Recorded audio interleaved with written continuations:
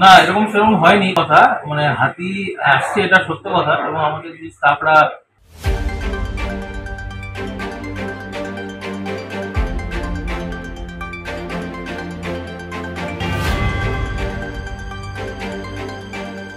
লাগাতার হাতির হানায় আতঙ্কিত কালচিনি ব্লকের পূর্ব সাতালি এলাকার বাসিন্দারা। বৃহস্পতিবার বন দফতর হ্যামিল্টনগঞ্জ কার্যালয়ে গিয়ে বিক্ষোভ দেখান বাসিন্দারা। এলাকাবাসীদের অভিযোগ, প্রতিদিন হাতি গ্রামে প্রবেশ করে এবং ফসল, ঘরবাড়ি, সুপারি বাগান নষ্ট করছে। হাতি তাড়ানোর জন্য বনকর্মীরা সময় মতো পৌঁছায় না।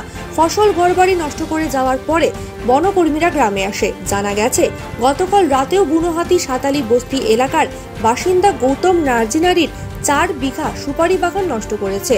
এর পাশাপাশি অরুণা লামারও বাড়ি ভেঙেছে।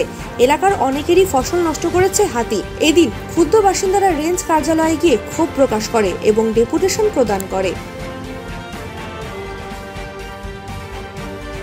না, এরকম সেরকম হয়নি কথা, মানে হাতি আসছে এটা সত্য কথা, এবং আমাদের যে স্টাফরা আছে মোটামুটি কালকে তো সারা রাত্রি মোটামুটি ডিউটি হয়েছে। হ্যাঁ, এবার এরিয়া তো অনেক বড় আছে, মানে মন্ডলপাড়া আছে এদিকে, তারপরে চুয়াপাড়া আছে, মেঘপাড়া আছে, একটু যতটা চেষ্টা করা এখানে পৌঁছে যাওয়ার।